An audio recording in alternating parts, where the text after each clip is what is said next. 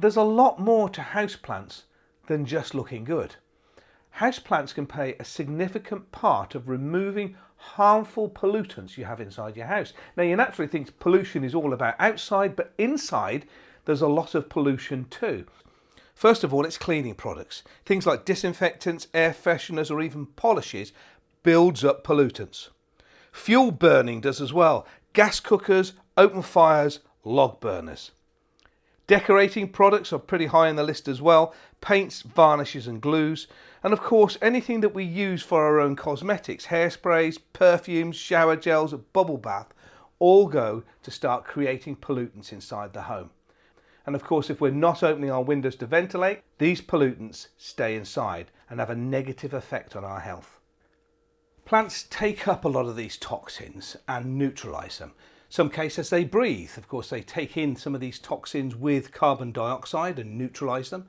They absorb some of these toxins into their waxy cuticles, which is part of the inner workings of the plant. And of course, in addition to that, it's also the microorganisms in the soil that are interacting with the roots. They play a part in breaking down some of these bad toxins. All of these plants here are doing something positive in your home other than just looking good. Now, don't take my word for it. NASA, the space agency, they did a study on clean air that highlighted different plants have different abilities in neutralizing certain toxins. So it's always best inside your own home to have a variety of different plants, not only to give you better visual and dramatic design effects inside your home, but also different plants will tackle different types of toxins too. And now, if NASA is taking an interest in this clean air, of course they do, they have to control areas in space stations that's only got a certain amount of air up there that's controlled. So they're very keen on identifying what we breathe in confined spaces. And their study went a long way to back the positive power of plants inside your home. But how many houseplants should you have in your home? Well, if you live in a one-bedroom flat, something similar to that, about 6 houseplants. You don't need a lot. Dotted around, a couple in the bathroom, a few in the kitchen, about 6 houseplants help on a studio flat. If you've got a 2-bedroom terrace house, you'd be looking at about 11 to 12 houseplants around your home. But if you've got a bigger house, 3-bedroom plus, 16. I love having houseplants in my own rooms. There's something about their beauty that cheers me up, but I'm a horticulturalist, I can see in that. But if you're sitting down and you've got an office in your home with a few houseplants there cleaning the air for you, it'll help you be more productive in your work. So let's take a look at a couple of plants. Say, one of my favourites here. This is a Nephrolepis, Boston Fern. It's been a popular house plant for years and years. But this is a tough little plant that's helping your health whilst being in the house. It tackles a couple of bad pollutants. One is formaldehyde, and that really comes from paper, plywood, synthetic fabrics, and it adds pollutants into the air. And formaldehyde is nose and throat. It irritates nose and throat, and this little plant will help in cleaning that up. But it also helps with xylene as well, which is another pollutant that comes from either smoking, so the smoke in the room, paints or rubber, and that can be contributed towards headaches. So by having one of these plants in your house looking good, it is helping your nose, your throat and your head at the same time.